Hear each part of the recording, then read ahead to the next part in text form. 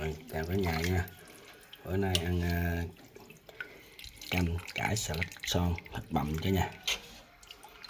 Đó, cả nhà quá hấp dẫn. Đây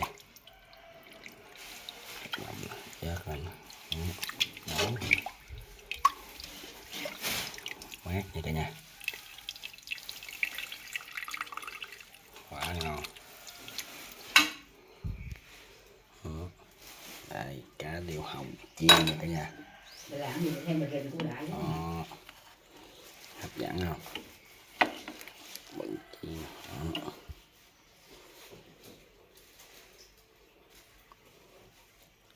Giòn rụng nha cả nhà.